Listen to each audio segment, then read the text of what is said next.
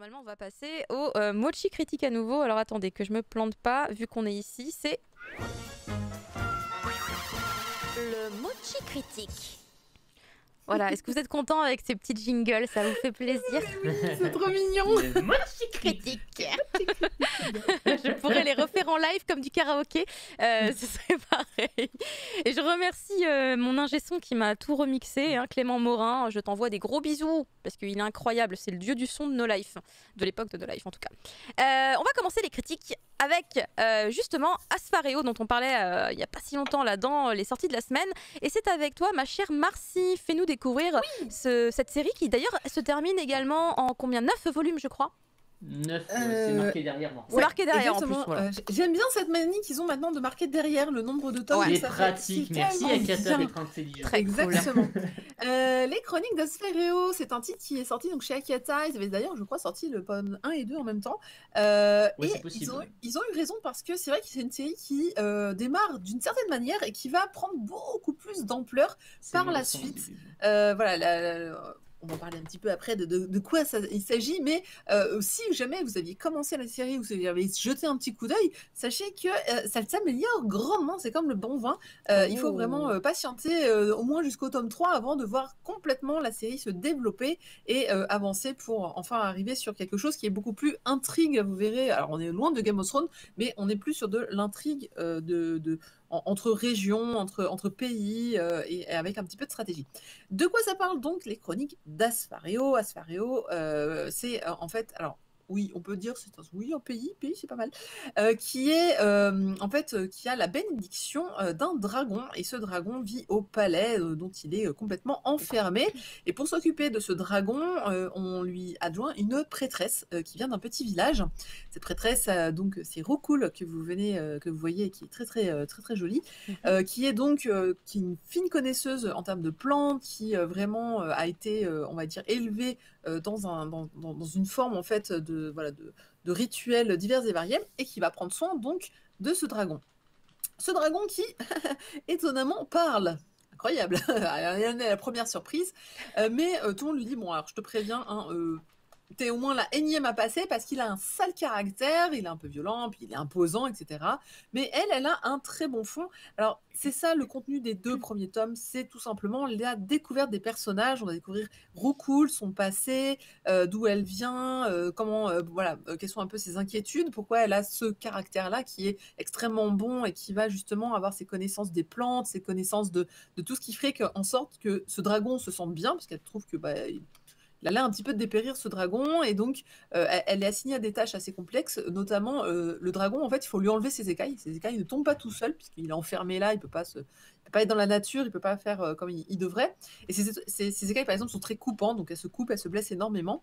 Et donc elle va, mine de rien, s'atteler vraiment de façon très intéressée à ce qui se passe, dans le sens où elle va vraiment prendre en compte tout le bien-être de ce dragon.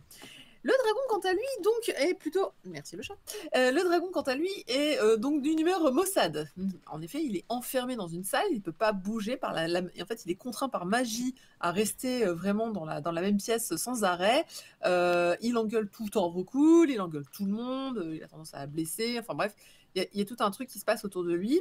Et donc, tout va changer. Alors ça, c'est vraiment, encore une fois, tome 1 et 2. Et tout va changer, évidemment. Je pense que les couvertures vous ont légèrement spoilé, vous l'aurez compris un petit peu. Bah oui, la cover du numéro 3, là... Voilà. Alors on le découvre dès le tome 1, que ce dragon, en fait, est le roi d'Asfareo.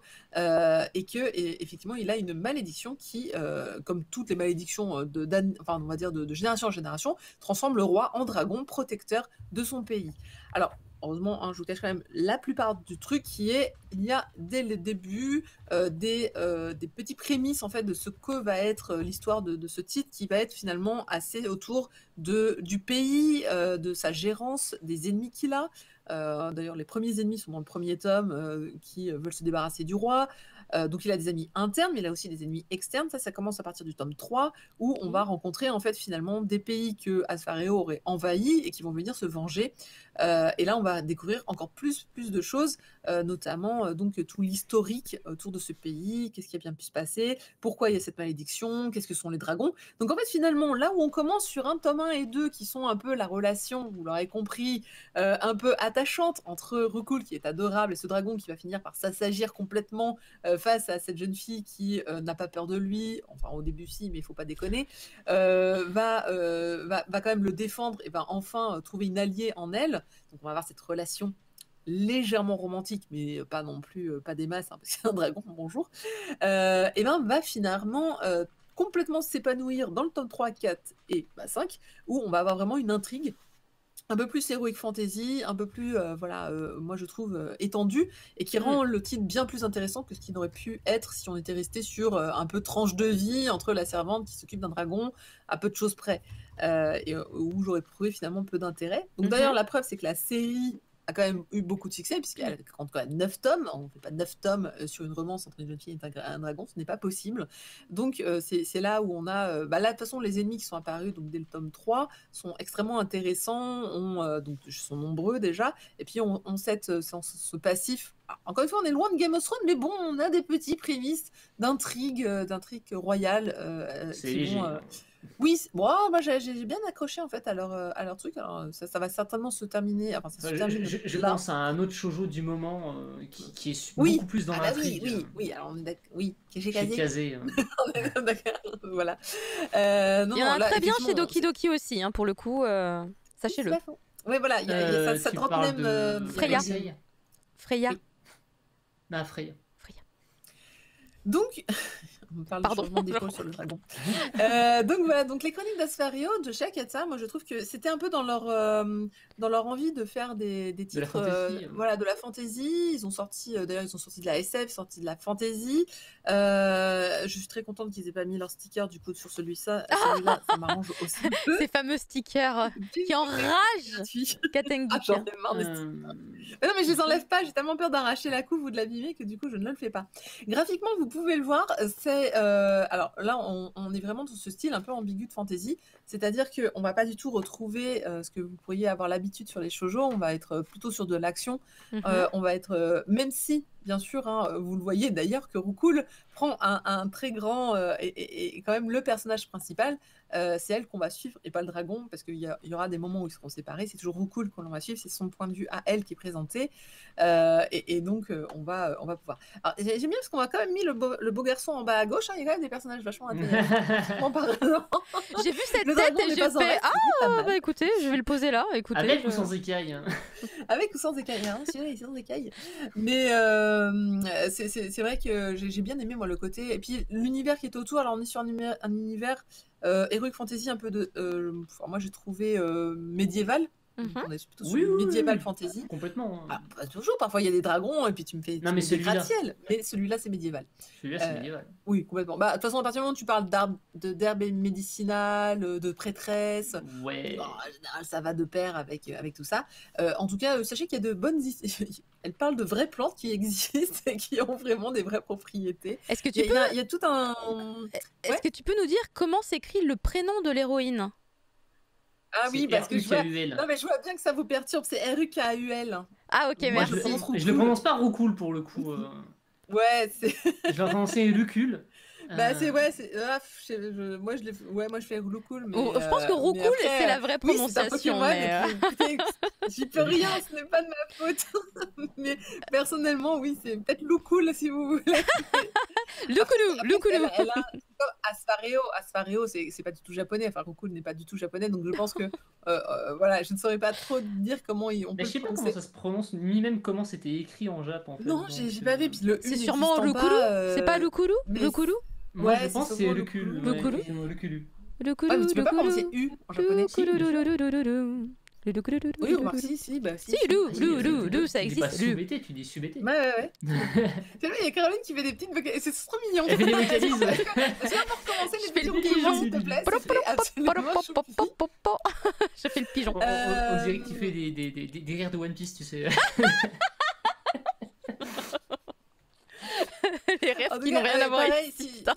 si vous avez un peu de sensibilité sur tout ce qui est senteur, ce qui est la terre, ce qui est... parce qu'il y a vraiment un gros passage sur ce pays. Il y a vraiment l'identité de ce pays qui est beaucoup mise en avant sur les arbres qui y poussent, les fleurs que l'on peut sentir, les fruits, etc. Et il y a cette...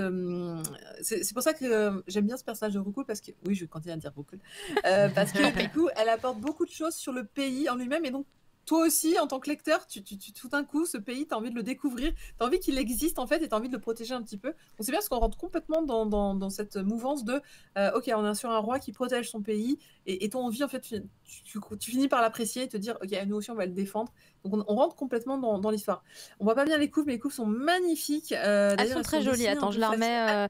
Ah mince, attends. C'est pas Je les mets devant sur la elles caméra. sont, enfin, ce dessin, il est très très proche animation. J'aime beaucoup beaucoup. D'ailleurs, n'hésitez pas à nous annoncer un petit animé pour la couve du 5 est quand même fifou, mais je pense que c'est la 3. J'aime bien la couve du 3 avec ses la 3. avec Ah, ses le écailles. 3 m'a donné de l'intérêt pour le manga. Quand j'ai vu la 3, j'ai fait ah, ok.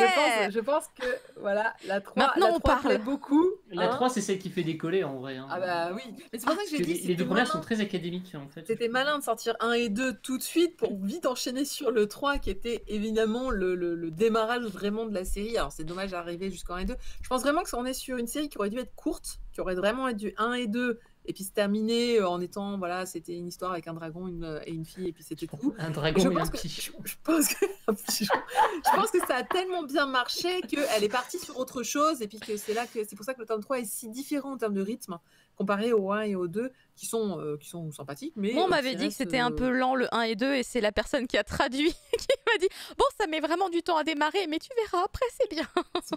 C'est ça et si beau. Parce que dans on le lui 3, fait en des fait, bisous il aussi. se passe des petits trucs où tu dis la suite. En fait, le gros. Julius. Parce que le 1 et le 2, finalement, il se passe des trucs un peu remuants, émotifs, émotions, mais c'est vite conclu. C'est vite conclu parce qu'encore une fois, je pense que c'était pas prévu que ça soit une longue série. Et donc, à la fin du 2, tu te dis, bon, bah, c'était mignon, voilà, ok. Et puis après, tu vois le 3 et tu fais, allez, on est parti. Combien de tomes, s'il vous plaît? 5, 6, 8, 10, on est... allez-y, je veux la suite, je veux plus d'interaction. Voilà, donc... Mais vous allez vite craquer. Sur le chat, il y a quelqu'un qui nous a dit que ça s'écrivait en katakana le prénom de l'héroïne et que c'était bien Rukulu, comme tu disais, Rukulu. Rukulu. C'était vraiment ça. Et Julius, c'est Julius. Ouais, Julius. Bon, du coup, je le prononce Julius parce que il y a le J, mais rien qu'une fois, c'est censé être des mots étrangers. On peut pas essayer de les prononcer à la japonaise, c'est pas possible. Même si t'as les kata, compliqué quand même.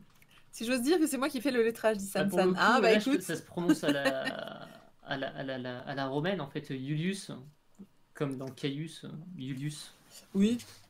C'est marrant.